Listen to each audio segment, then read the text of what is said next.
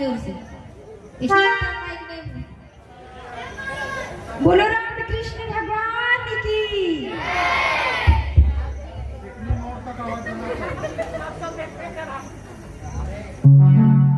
जानता है कि आप लोग धोखा देते हैं। हाँ, आइए हम सभी कल कथा का विश्राम कहाँ हुआ था? कल हम कहाँ पे पहुंचे थे कथा में? कोई बता सकते? क्या हुआ था कल? कल राम जी का जन्म हुआ था। कहाँ पे? वृंदावन में, अयोध्या में। तो राम जी का जन्म हुआ। अब जन्म के बाद फिर हम क्या करते हैं अपने अपने घरों में? कुछ करते हैं, पंडित जी को बुलाते हैं ना। और पंडित जी को बुला के क्या करते हैं? नामांकन करवाते हैं। अब ये महाराज दशरथ जी कहते हैं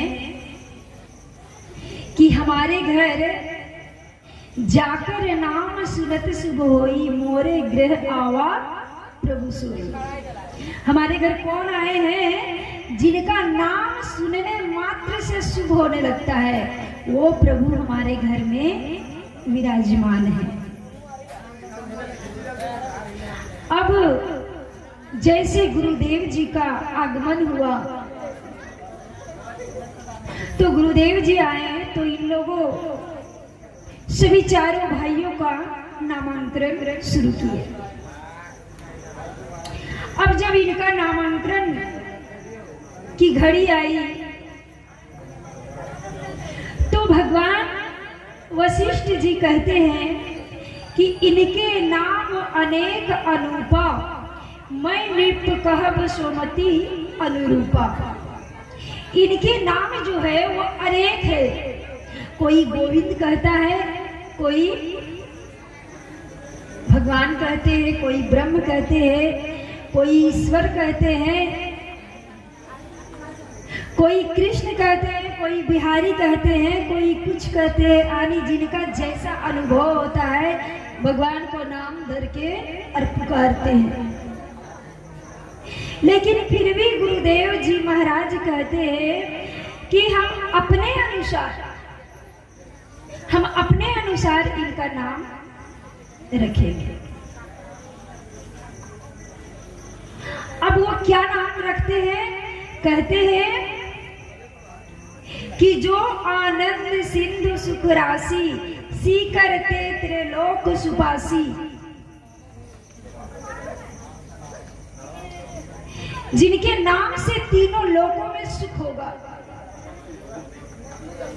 ऐसे कौन सा भगवान का नाम रखेंगे? तो जो सुखधाम राम यस नामा, अखिल लोकदायक विश्रामा। जो सुख का धाम है, जो सुख का सार है, जो सुख का मूल है, ऐसे पुत्र का नाम राम रहेगा, अखिल लोकदायक विश्रामा। अब ये विश्राम शब्द का अर्थ क्या होता है माताओं? विश्राम हम उसे कहते हैं माताओं, ध्यान से सुनना, जिस घर में हम अपने आप को, उसे कहा जाता है कि हम मालिक हैं। घर की एक मुखिया होता है ना, एक गांव की मुखिया होते हैं, एक घर की मुखिया होते हैं, एक देश की मुखिया होते हैं, एक राज्य की मुखिया होते हैं। सबका मुखिया होता है।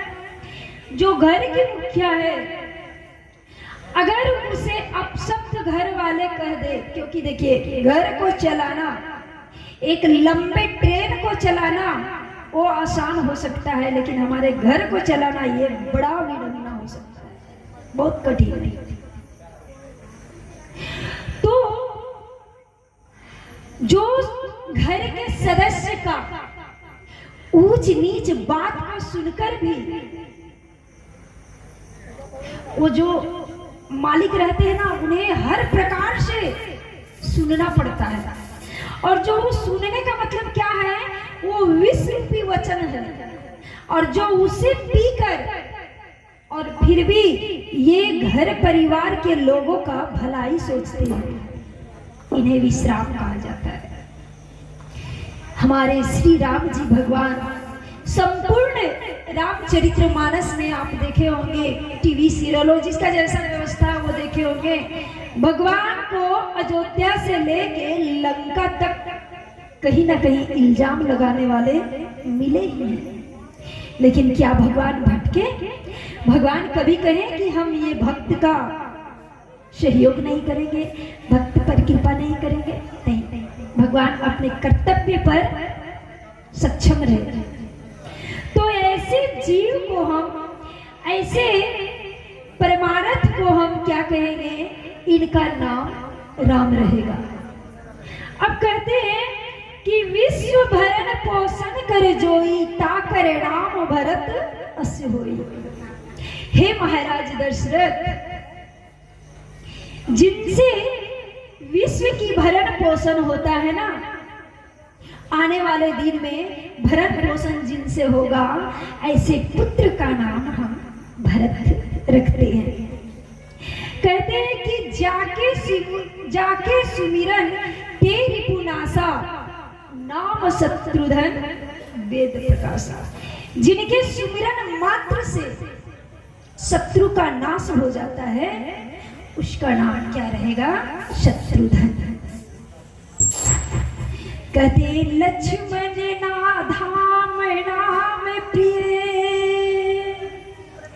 सकल जगत आधार,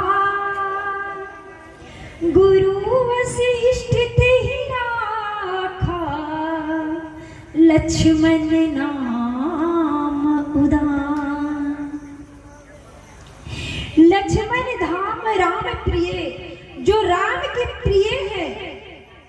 जब कौशल्या माता और सुमित्रा मैया ये दोनों राम और लक्ष्मण को एक पालने में सुला देती थी ना, तो पता ही नहीं चलता था कि राम कौन है और लक्ष्मण कौन है।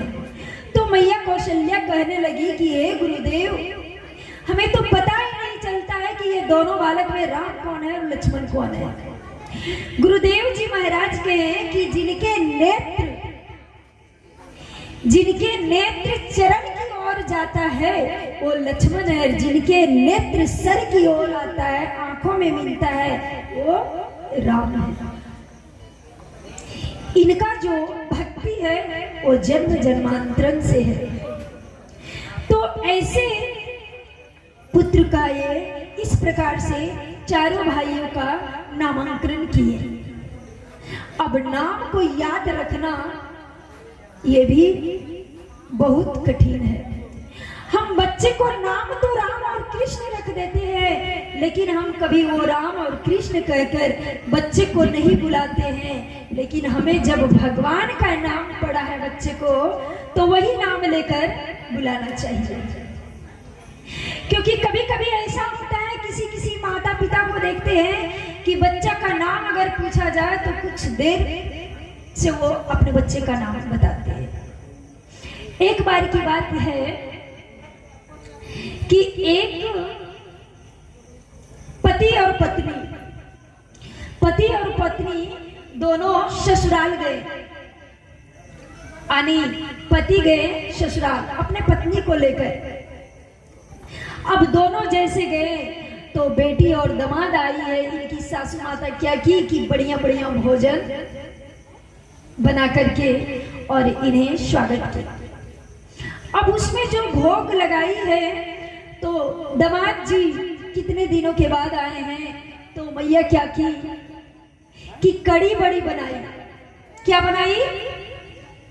बनाई मैया? कड़ी बड़ी। अब कड़ी बड़ी किसको कहा जाता है जानते हैं? नाम सुने हैं ना? बेसन की पकौड़ा बनाकर और दही में डालकर इस प्रक्रिया से कड़ी बड़ी होता है। अब दामाद जी जब खाने चले तो कड़ी बड़ी का टेस्टिंग जो था वो कुछ अलग था। अब ये तो मन ही मन विचार किए कि अब हमें घर जाना है और पत्नी से बोलेंगे कि रोज यही कड़ी बड़ी बनाओ। अब वो जब बेचारे दोनों पति पत्नी वहां से चले तो तो इसका पति का कड़ी बड़ी खाने की बड़ा दिलचस्पा लग गया। तो वो रास्ते में जब चला तो वो नाम नहीं भूला, वो नाम को कड़ी बड़ी रास्ते में रटते रटते और अपने घर को आ गया। बोला बस कल सुबह होगा और कड़ी बड़ी फिर से बनवाएंगे। हरिओम हरिओम। आज के इस कार्यक्रम के हमारे मुख्य अतिथि, हमारे दुलमी प्रखंड के विश्व स्तरीय अध्यक्ष, समाज सेवा में हमेशा बढ़कर सहयोग करने वाले श्रीमान सुधीर मंगलेश जी का आगमन हुआ है। पूजा समिति की ओर से उनका अभिनंदन है, स्वागत है। एक बार जोरदार जयकारों के साथ हमारे आज के मुख्य अतिथि का अभिनंदन करेंगे। बोल शेरा वाली मैया की, बोलो साचे दरबार की। पूजा समिति के अध्यक्ष मुकेश जायसवाल जी से आग्रह होगा कि हमारे आज के मुख्य अतिथि को अंगवस्त्र भेंट कर उनको सम्मानित करेंगे।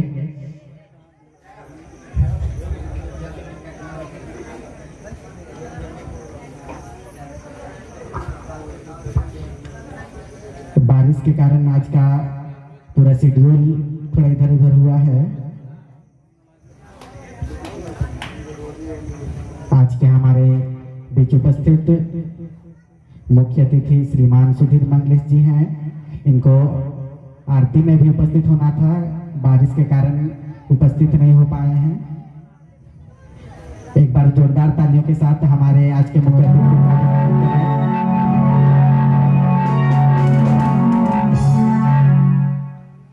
कार्यक्रम काफी विलंब है। श्रीमान सुधीर मंगलेश जी से आग्रह होगा कि हम सबों को आशीर्वाद स्वरूप 2 शब्द रखेंगे, इसके बाद कार्यक्रम को हम लोग चालू करेंगे। आज दुलमी प्रखंड के सिकनी के दुर्गा मंदिर प्रांगण में आज चौथा दिन भक्ति जागरण कार्यक्रम में हम मंच पर मुख्य रूप से उपस्थित इस पंचायत के मुखिया प्रतिनिधि सह उप मुखिया उमाशंकर महतो जी, साथ ही समिति के विक्की महतो जी, मंच पर उपस्थित छोटलाल जी, साथ ही यहाँ पर उपस्थित सभी माताओं बहनों, सभी को झारखंडी जोहार है। और आज भक्ति जागरण कार्यक्रम का यहाँ पे आयोजन किया गया है और इस तरह का जागरण कार्यक्रम करने का उद्देश्य है कि हम लोग के अंदर जो भक्ति छुपी हुई है, जो भक्ति को हम लोग अपने बाहर कैसे करें, अपने भक्ति के प्रति कैसे आगे बढ़े, क्योंकि भक्ति जागरण करने का उद्देश्य है कि अपनी संस्कृति, अपनी धार्मिक मूल्यों को अपने समाज में प्रोत्साहित करने के लिए भक्ति जागरण का आयोजन किया जाता है। साथ ही इस तरह का आयोजन करने से सभी आसपास के लोग अपने में सामूहिक एकजुटता का प्रतीक होता है और आप सभी लोग इस तरह का मिलजुल कर अपने समाज में, अपने गांव में मिलजुल कर रहे और इसी तरह से अपने गांव की उन्नति और विकास की ओर आगे बढ़े। इन्हीं बातों के साथ अपने वाणी को विरामता हो। जय हिंद, जय झारखंड, सभी को झारखंडी जोहार।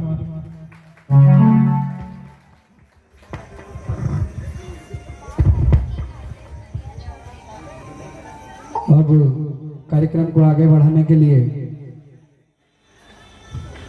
देवी प्रतिमा जी। बोलिए देव के देव महादेव की, जगत जननी माता दुर्गा की। तो कहाँ चले थे? नाम पे ना,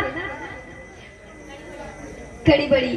वो क्या किए, रास्ते में वो यही नाम का रट लगाकर और अपने घर आए। और क्या हुआ, उस रात वो थके हुए थे पैदल यात्रा में, तो रात में जब सो गए तो ये नाम ही क्या किया, भूल गए। अब जब भूल गए तो सुबह हुआ तो अपनी पत्नी को ये बुलाया, बोला ए जी यहाँ सुनो, क्या हुआ, जो तुम्हारी माँ वहां भोजन में बनाई थी ना, वही तुम आज बना करके खिलाओ। अब इनकी माँ तो भोजन में अनेक प्रकार बनाई है, अब इन्हें क्या पता कि इनका मन क्या चाह रहा है। अब ये बार बार कहे अपने पत्नी से कि जो तुम्हारी माँ बनाई थी वही भोजन हमें चाहिए आज। पत्नी बोली कम से कम इतना कृपा करो कि कम से कम नाम उसका बता दो। ये बोलते हैं कि हम नाम हमको पता नहीं है, पर हमको वही भोजन चाहिए जो सबसे ज्यादा टेस्टी लग रहा था। अब पत्नी तो बेचारी परेशान हो गई कि हम क्या बनाए क्या नहीं बनाए, क्या नहीं बनाए, पूरा मन में संकोच करने लगी। अब इनके पति बस यही लड़ाई झगड़े में इनका दोपहर का भोजन भी बंद हो गया। पता रहे तब तो बनाइए मैया। अब इसी तरह करते करते जब इनके पति को भूख के मारे रहा नहीं जा रहा है माताओं, तो क्या किए, संध्या का समय हुआ और वो एक मोटे से लाठी लिए और पत्नी को जय सिया राम इतना पीटे हैं कि पीटते पीटते पूरे शरीर को 50 केजी की थी तो उसको 100 केजी को कर दिए। अब इतना वो बेहाल हो गई मार खा खा के, तो आस पड़ोस के लोग आते हैं ना, किन्हीं माता को अगर कष्ट होता है तो आस पास के लोग आते हैं देखने के लिए कि आखिर इनको हुआ क्या, इतना बेहाल है। तो सभी कहने लगी माताओं लोग कि बाप रे बाप, इनका पति जो है ना सो ऐसा पीटा है कि मानो ये कड़ी बड़ी के जैसे फूल गई है। इनके पति जोर से निकले भीतर के दरवाजे से और दरवाजा खोले, बोले हम तो यही बनाने के लिए इसको बोल रहे थे तब से, और तब से तो ये कड़ी बड़ी बना नहीं रही थी, तो इसलिए तो हम पीटे। तो ये बोली बेचारी कि कम से कम यही बात बोल देते तो हम इतना मार नहीं खाते। इसलिए हमारे यहाँ नाम की विशेषता है, नाम हमें याद रखनी चाहिए। बोलिए राम कृष्ण भगवान की। आज गुरु वशिष्ठ मुनि चारों बालकों का नामांकन किए हैं, और तब राजा दशरथ जी और मैया कौशल्या आज कहाँ भेजे हैं, गुरु आश्रम के लिए, गुरु आश्रम में पढ़ने के लिए भेजे हैं। हमारे यहाँ जब बच्चे होते हैं ना, तो जैसे ही पढ़ने के लायक होते हैं तो शायद हमें मन में बुरा लगे, लेकिन बात सच है। हम अपने बच्चे को कहाँ भेजते हैं, इंग्लिश मीडियम में भेजते हैं ना। आज राम जी कहाँ जा रहे हैं, गुरु आश्रम जा रहे हैं पढ़ने के लिए। अगर बच्चे को इंग्लिश मीडियम में भेजते हैं, उतना से भी हमें संतुष्ट प्राप्त नहीं होता है, तो घर में टीचर को बुला के ट्यूशन कराते हैं। लेकिन राम जी जो सर्वव्यापी है, सर्वज्ञानी है, ये पढ़ने के लिए कहाँ जा रहे हैं, तो गुरु आश्रम में जा रहे हैं, गुरु जी के पास। और जब ये गुरु जी के आश्रम में गए तो कहते हैं कि गुरु गृह गए पढ़ने रघुराई, अल्प काल सब विद्या आई। बस थोड़े ही समय में इन्हें कौन पढ़ा सकता है। अब ये थोड़े ही समय में विद्या को प्राप्त किए और अपने अयोध्या पहुंच गए। अब जैसे राजा दशरथ के महल में पहुंचे तो ये इनका संस्कार क्या कहता है, जैसे ये गुरु आश्रम से आए तो ये सुबह उठकर अपने माता पिता को प्रणाम करते हैं। गोस्वामी तुलसीदास जी बड़ा भाव से कहते हैं कि आज रघुवीर जब पढ़ के आए हैं, विद्या अध्ययन करके आए हैं, तो इन्हें शिक्षा संस्कार क्या मिली।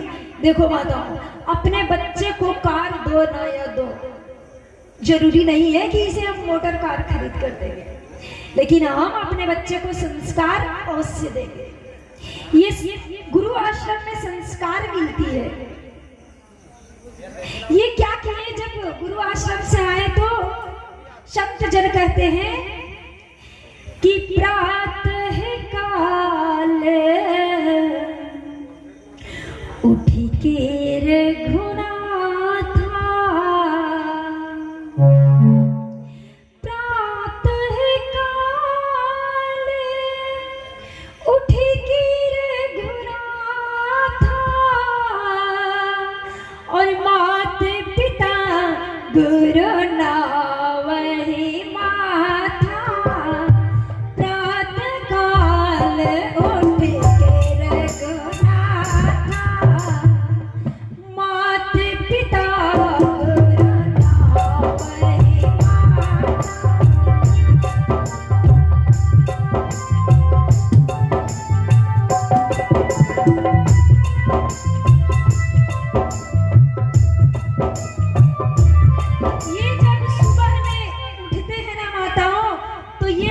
करते हैं, अपने माता पिता को साष्टांग प्रणाम करते हैं। आज के बच्चे को जो हम पढ़ा रहे हैं ना माताओं, हॉस्टल में, इंग्लिश मीडियम में, ये बच्चे क्या करते हैं कि प्रातः जब जगते हैं तो गुड मॉर्निंग से शुरुआत करते हैं। क्या बच्चों, सही बात है ना? लेकिन ये राम जी क्या करते थे, इनका अनुकरण हम सभी को करना चाहिए। सुबह उठकर वो अपने माता पिता को प्रणाम करते थे, लेकिन बड़ा विनम्र है, ये बच्चे कैसे प्रणाम करें आपको? आपने तो इन्हें इंग्लिश पढ़ा के इन्हें इतना लायक बना दिए हैं कि ये बच्चा कल आपको नालायक समझेगा। ये जब सुबह में उठते हैं तो हमारे शास्त्र कहते हैं कि करागरे वस्ते लक्ष्मी, कर मध्य सरस्वती, कर मूले तू गोविंदा, प्रभाते करे दर्शन। ये हमारे शास्त्र कहते हैं कि हमारे हथेली में, देखिए जब हम सुबह को जगते हैं ना माताओं, तो सुबह को जगने से किसी का मुख को देख लेते हैं तो कहते हैं ये व्यक्ति ठीक नहीं है, इसका मुख देखे मेरा यात्रा खराब हो गया, सभी कहते हैं ना। तो इसके लिए हमारे शास्त्र कहते हैं कि किसी का मुंह नहीं देखना है। क्या करना है फिर? सुबह उठकर अपने बिस्तर पर दोनों हथेली को देखना है ध्यान से। भगवान कहते हैं कि करागरे वस्ते लक्ष्मी, ये कर की 5 अंगुलियां हैं, इनमें क्या होता है? लक्ष्मी मैया का वास होता है। हम पैसे किससे गिनते हैं? अंगुली से। तो करागरे वस्ते लक्ष्मी, कर मध्य सरस्वती, यहाँ पे ये हथेली में, ये मध्यामा में किनका वास होता है? माता सरस्वती का। कर मूले तू गोविंदा, ये जो है हमारा कलाई, यहाँ भगवान विष्णु का वास होता है। और प्रभाते कर दर्शनम, ये 3 देवी देवता को जब हम दर्शन कर लेते हैं सुबह में, तो हमारा यात्रा जो रहता है वो सुलभ हो जाता है, हमारा दिनचर्या सही से कटता है। लेकिन आज के भाई वर्ग के, बहन वर्ग के लोग क्या करते हैं, थोड़ा सा भी अगर फैशन के दौर पे आ जाते हैं तो वो ये नहीं करते हैं कि करागरे वस्ते लक्ष्मी, कर मध्य सरस्वती, कर मूले तू गोविंदा। यहाँ तो लिखा हुआ है शास्त्र में कि प्रातः करे दर्शनम, लेकिन ये क्या करती है कि प्रातः कप दर्शनम। ये चाय की सिस्टम आदतें सुबह की लग जाती है। जब हम ये करेंगे तो हमारे बच्चे क्या कभी सुधरने वाले हैं? कभी नहीं। सबसे पहले आदत हमें सुधारनी पड़ेगी। जब राम जी आए हैं तो इनके माता पिता भी कहीं ना कहीं अपने इष्ट देवी देवता को प्रणाम करके उठते हैं, तो राम जी भी क्या करते हैं कि अपने माता पिता को प्रणाम करते हैं। और ये ऐसे संस्कार शिक्षा जब हम अपने बालकों को नहीं देते हैं और केवल इंग्लिश मीडियम में पढ़ाते हैं, तो ये बच्चे इतना लायक हो जाते हैं कि हमें नालायक समझते हैं। अंतिम में नतीजा क्या होता है कि 2 भाई थे और इनकी माई और इनके पिताजी दोनों कठिन परिश्रम करके ये दोनों बच्चे को पढ़ा लिखा कर विदेशों में जॉब करने ये बच्चे चले गए हैं। और जब सूचना गया कि तुम्हारे मैया मर चुकी है, तो दोनों भाई आपस में क्या किए? झगड़ा करने लगे। क्यों? अब माँ मरी है तो कौन जाएगा माँ का अंतिम संस्कार करने के लिए? तो बड़े भाई कहते हैं कि नहीं तुम चले जाओ, और छोटे भाई कहते हैं कि नहीं तुम चले जाओ। अब दोनों भाई में आपस में झगड़े होने लगे। देखिए, पढ़ाने का उद्देश्य क्या है और संस्कार का उद्देश्य क्या है? इसलिए बच्चे को रामायण से जोड़ना चाहिए, इसलिए बच्चे को सत्संग से जोड़ना चाहिए। ये कभी बच्चा सत्संग में नहीं गया है, इसे क्या पता कि संस्कार क्या होती है। दोनों भाई आपस में जब झगड़ा करने लगे तो दोनों अपने आप में डिसाइड किए। क्या किए?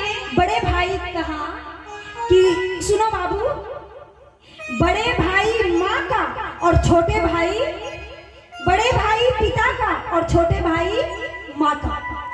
ये कहावत कहाँ सुना था? एक कहावत हमारे और आपके सामने जब वो नन्हा सा बालक था तो यही सुना था। वो कभी सत्संग का मार्ग में नहीं गया था। तो मैया कहती थी कि बड़े भाई पिता का और छोटे भाई माँ का, जाओ आज माँ का अंतिम संस्कार करके तुम आ जाओ। जिस दिन पिताजी उनका जब मरण होगा तब हम अंतिम संस्कार करने जाएंगे। छोटे भाई बोला कि बहुत अच्छी बात, ठीक है। छोटे भाई आए, माँ की लाश पड़ी हुई है, पिताजी शोक अवस्था में बैठे हुए हैं। बोले बताओ तो बेटा बड़े भैया कहाँ हैं? बोले पिताजी हमारे भैया बहुत अच्छा फैसला कर लिए हैं। क्या किया? भैया कहे कि अभी तो माँ मरी है ना, तो माँ का अंतिम संस्कार तुम करने जाओ और पिता जब मरेंगे तो अंतिम संस्कार करने हम जाएंगे। पिताजी जैसे ये वचन को सुने तो जिस प्रकार से जख्म होता है और जख्म में चक्कू में नमक को लपेटकर और जख्म में भोंक दिया जाता है और वो जो पीड़ा होती है मानो ऐसे चीख की पीड़ा हुई।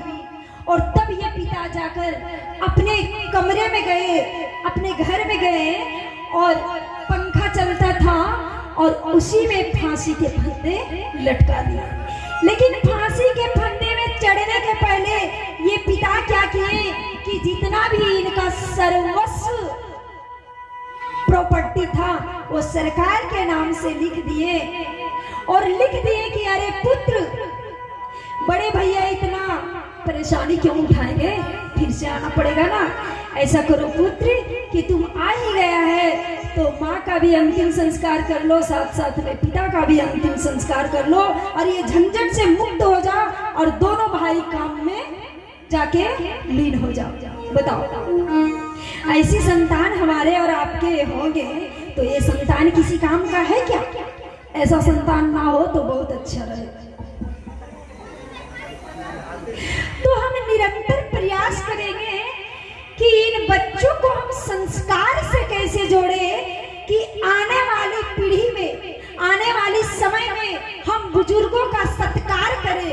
ये बच्चे कैसे स्वावलंबी बनेंगे, ये बच्चे कैसे संस्कारवान बनेंगे, इनका रास्ता बस एकमात्र उपाय यही है। और जब ये संस्कार इनके पास में पहुंच जाता है ना तो ये क्या करते हैं कि जिस प्रकार से देवी और देवता जो आचरण अपनाते हैं ये बच्चे हमारे वही आचरण को पकड़ के चलते हैं और कहते हैं कि हमारा सर्वस्व अगर है तो कौन है? माता और पिता है। सर्वस्व हमारे माता पिता हैं और जब सर्वस्व मान लेते हैं तो ये भगवान को कभी भूलते नहीं हैं और जब भगवान को नहीं भूलते हैं तो ये संतान क्या कहते हैं, ये भक्त क्या कहता है, आइए हम सब भजनों के द्वारा श्रवण करेंगे और साथ साथ में चलेंगे। बोलिए राम कृष्ण भगवान की हो। ओ मेरा दिल है दीवाना तेरे लिए। ये दिल को दीवाना किनके प्रति बनाना है माताओं? किनके प्रति? जो हमारा आराध्य है उनके प्रति। सब पर ये दिल का दीवाना नहीं बनाना चाहिए। एक भक्त का मन में भाव आता है तो वो कहता है कि मेरा दिल है दीवाना तेरे लिए, तेरे लिए।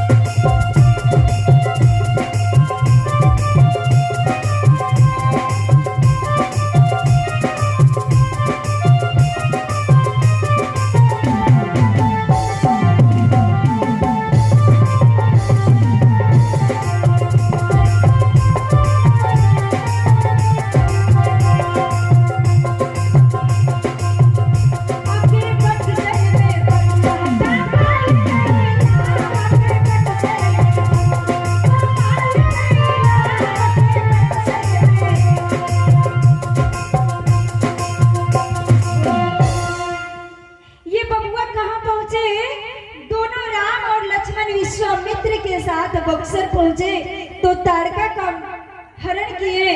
अब मैया कौशल्या का उद्धार करने के लिए पहुंचे हैं।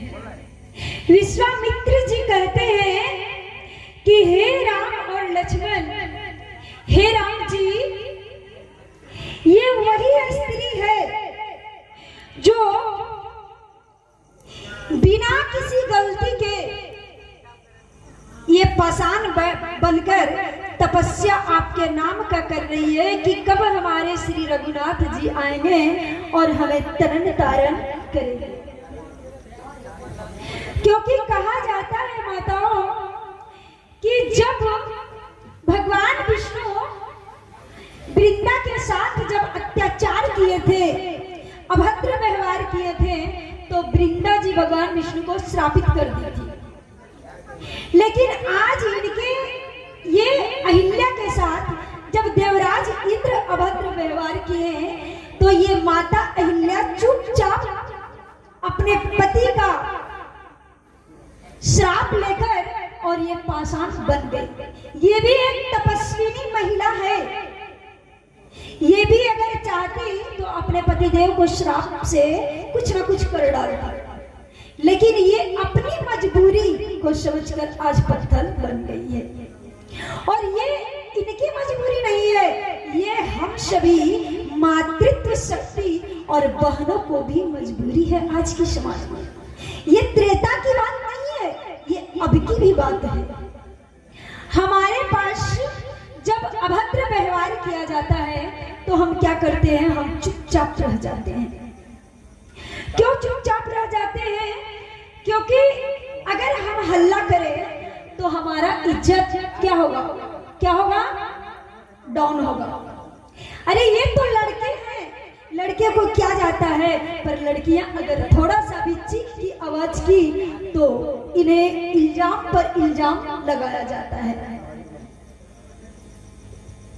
जब ये ऐसा होता है तो ये अहिल्या माता चुपचाप पत्थर बनकर बैठ जाती है। और जब ये बैठ जाती है तो राम जी हमारे विचार कर रहे हैं कि ये बाधाओं से मुक्त कैसे करें। और मैं कहना चाहती हूँ उन बेटियों को, उन मातृ शक्ति को, कि अगर आपके साथ भी अगर ऐसा घटना होता है ना माताओं, तो आप इस पाषाणी के तरह चुपचाप अगर जिस दिन बैठ गए उस दिन दुष्टों का मौका दे दे। लेकिन ये मौका हमें नहीं देनी चाहिए। क्यों? क्योंकि हम सब जानते हैं कि जब हमारी बेटियां सड़क पर चलती है या तो हमारी बेटियां घर में रहती है तो ये भेड़िए लगे रहते हैं इन्हें नोच नोच के खाने के लिए। ये भेड़ियां तो ही हैं जो एक ओर से संध्या के समय में माता रानी का पूजन कीर्तन करते हैं, 9 दिन तक इन्हें देवी दुर्गा 9 कन्या के रूप में इन्हें भजते हैं, पुकारते हैं, और दूसरी ओर से ये कन्या के साथ अभद्र करते हैं। ये क्या, ये भेड़िया से भी नीचे पोजीशन के लोग हो सकते हैं। लेकिन हम कहते हैं कि जब हमारे और आपके साथ ऐसी घटना हो तो बस एक बार माँ दुर्गा को ध्यान से देखिए। वो माँ दुर्गा क्या अष्टभुजा में क्या क्या लेकर के खड़ी है, क्योंकि ये आज की समाज की बात नहीं है बताओ। उस काल में भी यही भेड़िए, यही राक्षस योनि के लोग को लगा। अब राक्षस हम किसे कहे? अब हमारे सामने कोई लंबे दांत वाले, लंबे बाल वाले, काले कलोटे वाले आ जाए तो उसे राक्षस कहे? नहीं। जो हमारे साथ गलत करता है वो तो आज के युग में राक्षस है। और जब उन्हें भी संतुष्ट नहीं मिला तो वो कहते हैं, भगवान से जो वरदान मांगने लगे ये राक्षस योनि के लोग, तो कहे हम जब भी मरे, हम तो मरे ही नहीं, लेकिन भगवान कहे ये धरती पर आए हैं तो मरना होगा। बोले अगर मरेंगे भी तो किनसे मरेंगे? एक नारी से मरेंगे। क्यों? क्योंकि नारी अबला होती है। लेकिन ध्यान देना माताओं, तुम अबला कभी नहीं हो सकती है, तुम सबला है, तुम प्रबला है। अरे सभी देवी देवता तो मूषक की वाहन करते हैं, कोई गरुड़ की वाहन करते हैं, कोई बैल की वाहन करते हैं, कोई सर्प का वाहन करते हैं, कोई ना जाने कुछ कुछ का वाहन करते हैं। लेकिन जब आपकी वाहन की नंबर आती है ना, तो आप शेर पर सवार होकर के वाहन करते हैं। इसलिए आप शेरनी हैं, और आप जब शेरनी हैं तो हम सभी समस्त भाइयों एवं बुजुर्गों से कहना चाहती हूँ कि जब ये शेरनी बहन आपकी रक्षा बंधन में, जब आपके कलाई में राखी बांधने आए ना, तो कृपया इतना कर देना इन बहनों पर कि इन्हें सुंदर सा साड़ी नहीं देना, इन्हें साड़ी की आवश्यकता नहीं है। इन्हें सुंदर सा गहने नहीं देना, क्योंकि ये गहने भी नहीं पहनेगी तो ये इतनी सुकुमारी है, इतनी सुंदरवान है कि इन्हें सुंदरवान तुम बना ही नहीं सकता है। ये बहने को जब भी आप चाहोगे तो ये बहने को सुंदरवान बनाने की सोच मत करना। अगर बनाना ही चाहते हो तो ये बहनों को गिफ्ट में देकर तलवार थमाओ और ये बहनों को बलवान बनाने की कोशिश करो, ताकि आपको भी लगे कि हमारे बहन बेटियां सड़क पे जब चलती है तो निर्भीक चलती है। जब भी ये बेटियां घर से बाहर निकलती है तो सभी माता पिता को बेटी के ऊपर चिंता सताती है ना, सबको सताती है। आपने ऐसे समाज का निर्माण कैसे किया?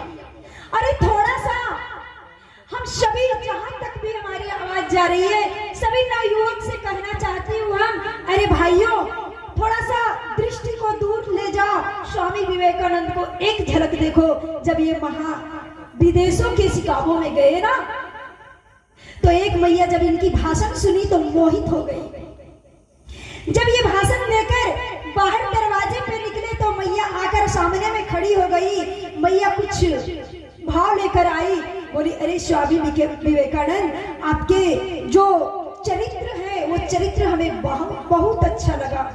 हम चाहते हैं स्वामी विवेकानंद कि आपके जैसे हमारे संतान की उत्पत्ति हो, अन्यथा ये माता को कहना था कि आप हमसे विवाह करो और फिर आपके जैसा हम संतान उत्पन्न करेंगे। लेकिन स्वामी विवेकानंद माता को सर से लेकर पांव तक निहारे और वो दंडवत प्रणाम किए, बोले कि अरे मैया, तुम्हें अगर पुत्र की प्राप्ति चाहती है ना, तो चलो आज से मैं तुम्हारा पुत्र और तुम हमारी माँ। आप ये दृष्टि क्यों नहीं समाज पर डालते हो? जिस दिन ये दृष्टि हो जाएगा ना, उस दिन हमारा ये समाज में राम राज्य आ जाएगा। और ऐसे जब राम राज्य आ जाएगा तो संत जन कहते हैं कि ये माता अहिल्या जो आज बैठी है ना, ये उसी की प्रतीक्षा में बैठी हुई है। लेकिन हम समस्त मातृत्व शक्ति और समस्त बहनों को कहना चाहती हूँ कि अगर तुम्हारे सामने अभद्र व्यवहार हुआ तो तुम कभी अपने आप को हार नहीं मानना, और तुम एक उद्देश्य माता काली को सौगंध लेकर ले लेना, संकल्प कर लेना आज से, ये भगवान की, ये माँ की उपस्थिति में ये माँ का अंतिम लक्ष्य एक ही है और एक ही नारा है। क्या है? ये कहती है कि हम किसी को छेड़ते नहीं हैं। हम क्या करते हैं? हम किसी को बिना अपराध के छेड़ते नहीं हैं, लेकिन जो हमें छेड़ता है उसे हम छोड़ते नहीं हैं, उसे हम छोड़ते नहीं। बोलिए जगत जननी माता दुर्गा की। एक बार कथा तो अथा है, कथा तो हम संक्षेप में ही आज ले गए, विस्तार करेंगे नहीं, पर एक निवेदन हम करना चाहते हैं। जब हमारे पास माननीय मुखिया जी का आगमन हुआ तो इन्होंने हमसे बताया कि दीदी विजयदशमी के दिन हम तो जागरण लाने वाले हैं। बहुत अच्छी, आपकी सोच भी बहुत अच्छी है, जागरण होना अत्यंत सुंदर चीज है, लेकिन माताओं बहनों तुम जग जाना, वो जागरण तुम्हें जगाने के लिए नहीं आ रही है। हमें तो लगता है कि कहीं ना कहीं तुम्हें सुलाने के लिए आ रही है। कारण अब तो ये तो कड़ा तो लगा हुआ होगा आप सबको, हम तो जानते हैं, पर लेकिन सच बात ये है कि वो जागरण में तो केवल मनोरंजन ही चलता है। माताओं झूम लो, नाच लो, और अंत में वही कातिल, वही विधर्मी तुम्हें कूट कूट कर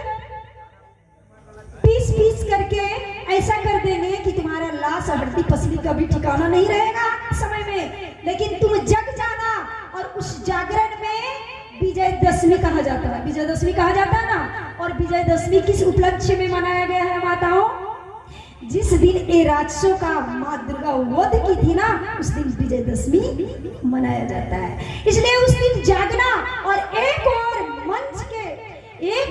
मंच की ओर देखना वो जागरण को, और उससे कई गुना 5 बार माँ दुर्गा को देखना कि ये माँ दुर्गा विजय इन राक्षसों पर, ये दैत्यों पर, ये भेड़ियों पर कैसे विजय प्राप्त की। और हमें तो अब विजय ही प्राप्त करना है, अन्यथा हमारा मार्ग दूसरा कुछ नहीं बना है। बस हम अबला अबला अबला, कमजोर कमजोर, बस हम चीखते रह जाएंगे, हमारा कोई सहायता करने वाला नहीं है। बोलिए जगत जननी माता दुर्गा की जय। तो हमारे वचन अगर किसी को बुरा भी लगे तो हमें क्षमा करना। और इस उद्देश्य को लेकर आज माता अहिल्या बैठी हुई है और राम और लक्ष्मण जी आते हैं। गुरु जी कहते हैं कि हे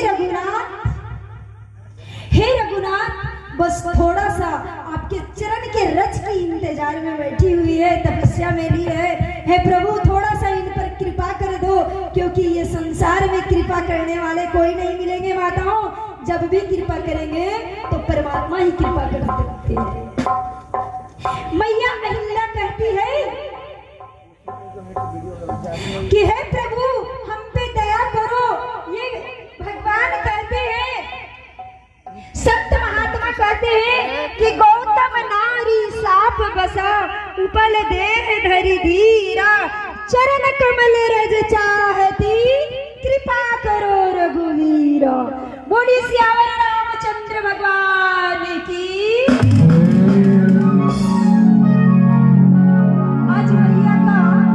आज अहिल्या मैया का उद्धार हुआ, और जब उद्धार हुआ तो ये मैया कहती है कि प्रभु हमें उद्धार किए, लेकिन उन परमात्मा से हमें मिला, हमें तरण तारण करो। अब इस संसार में हमें जीना नहीं है, क्योंकि माताओं, जब आप किसी दशा से छूट कर भी आ जाइएगा ना, तो ये दुनिया तुम्हें स्वीकार करने वाला नहीं है। इसलिए तो तुम्हें दुर्गा देवी, काली, लक्ष्मीबाई बनने की आवश्यकता है। अब ये मुंह दिखाने लायक कहीं नहीं है। ये कहती है, हे राम जी, अब हमें तरण तारण करो। क्या करें? मैया कहती है, अहिल्या मैया कि तारा है सारा जमाना हो नाथ, हमको भी तारो। तारा है सारा जमाना हो नाथ, हमको भी तारो।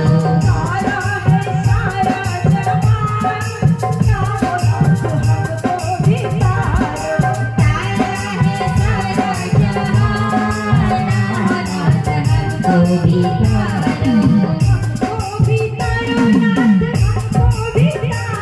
हमको भी तारो नाथ, हमको भी तारो। हमको भी तारो नाथ, हमको भी तारो। हमको भी तारो नाथ, हमको तारा है सारा जमाना, हमको भी तारो। तारा है सारा जमाना, हमको भी तारो।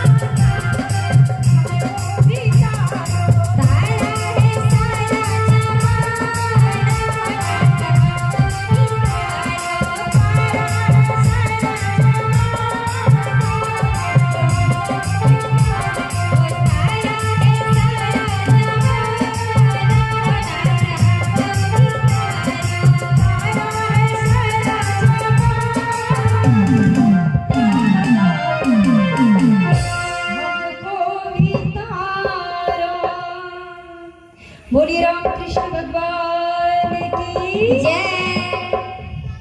इस प्रकार से भगवान श्री राम अहिल्या उद्धार किए और अहिल्या उद्धार करके इन्हें लगा कि एक तपस्विनी को अपने चरण स्पर्श करा दिए, कहीं ना कहीं हमसे पाप हुआ है। और जब इनको लगा कि हमसे पाप हुआ है तो आज आगे चलकर आगे भागीरथी गंगा है प्रभु, जब वहां पहुंचे तो विश्वामित्र कहते हैं राम और लक्ष्मण चलो ये पतित पावनी गंगा में अब डुबकी लगाएंगे। और ये डुबकी लगाते हैं और तब वहां से आगे चलते हैं। मानो ये मैया से कहना चाहते हैं कि हे मातेश्वरी, हमसे जो भी अगर भूल हुआ होगा तो हमें क्षमा करना। और ये मैया को जब इतना मोक्ष की प्राप्ति अपने धाम दे दिए भगवान नारायण, तो इन्हें आनंद लगने लगा। और जब आनंद लगने लगा तो ये मैया आनंद रस में भरकर ये मैया आनंद में भरकर ये कहना चाहती है सबसे, बोलिए राम कृष्ण भगवान